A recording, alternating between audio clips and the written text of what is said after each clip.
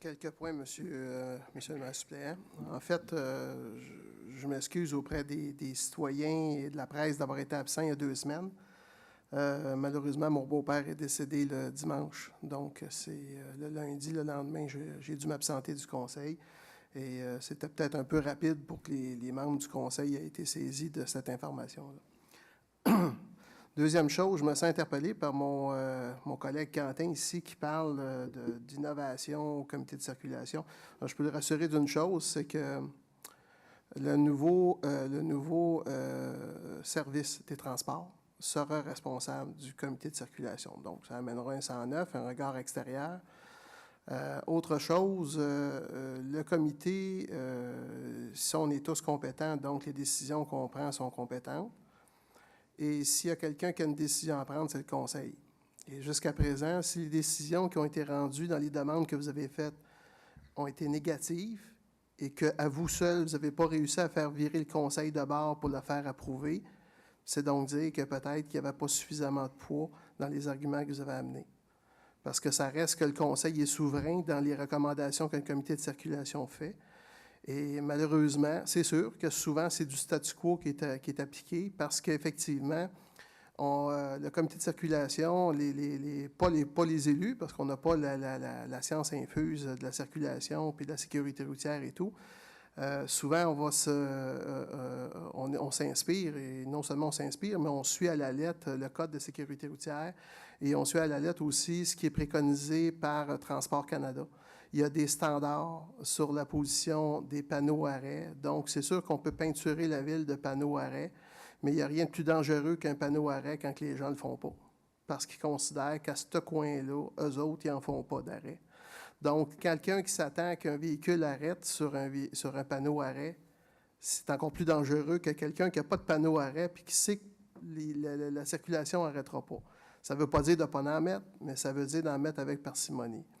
Par contre, vous avez raison sur le fait qu'on doit utiliser des nouvelles façons de faire de la signalisation, mais il faut quand même que ça soit compréhensible par les gens.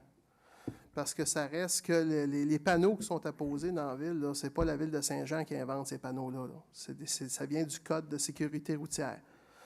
Donc, c'est sûr que des attentions de nos enfants, on peut en mettre à tous les coins de rue, puis à un moment donné, les gens ne les verront plus. Donc, ça ici, je ne sais pas, il faudrait voir d'où ça vient, là, ce que vous amenez là. C'est marqué « Attention à nos enfants conduisant avec amour ». Le message est très louable, j'en conviens. Mettez-en 50 dans la ville, puis ça ne changera probablement absolument rien.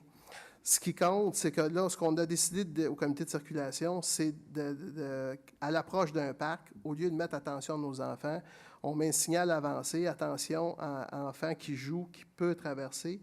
Ça a plus d'impact que de rajouter tout le temps des attentions à nos enfants qu'à un moment donné, les gens ne les voient pas. Puis moi, ce que je trouve aberrant à l'île Sainte-Thérèse, c'est que ce n'est même pas des visiteurs, c'est des gens qui demeurent là. Puis souvent, dans les quartiers, les gens qui font de la vitesse puis qui ne respectent pas la signalisation, ce sont des citoyens, des parents d'enfants, des parents d'adolescents qui ne suivent pas la signalisation. Donc, on revient toujours à la même recette, le bâton. Parce qu'évidemment, ça prend des policiers. Puis c'est assez aberrant parce que quand on nous demande en campagne électorale, en 2009, je ne parlerai pas de la campagne électorale 2013, ce n'est pas la place. Je vais parler de 2009. Tous les candidats qui ont passé porte-à-porte se sont fait dire unanimement que le point que les citoyens de la ville de Saint-Jean mettaient en priorité, c'était la sécurité dans les quartiers. En réaction à ça, il y a une brigade de circulation qui a été faite. Les constats ont doublé en 1 an. Ça a fait la première page des journaux à l'effet que la ville de Saint-Jean s'engraissait sur le dos des citoyens. C'est comme 2 poids, 2 mesures. Alors que si on calcule le nombre de constats qui a été émis par des policiers susceptibles de donner une contravention, il y avait à peu près une 60aine de policiers qui sont aptes à donner des contraventions, ça revenait à 2 contraventions par jour par policier. N'importe qui ici qui se promène en véhicule à Saint-Jean est capable de voir 10, 15 infractions sans problème. Les policiers autant que nous autres, sûrement même plus.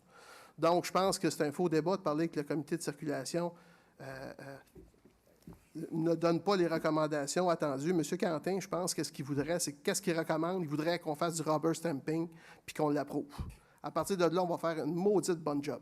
Non. C'est en plein ça. Parce que moi, je le prends personnel. M. Savard pourra intervenir.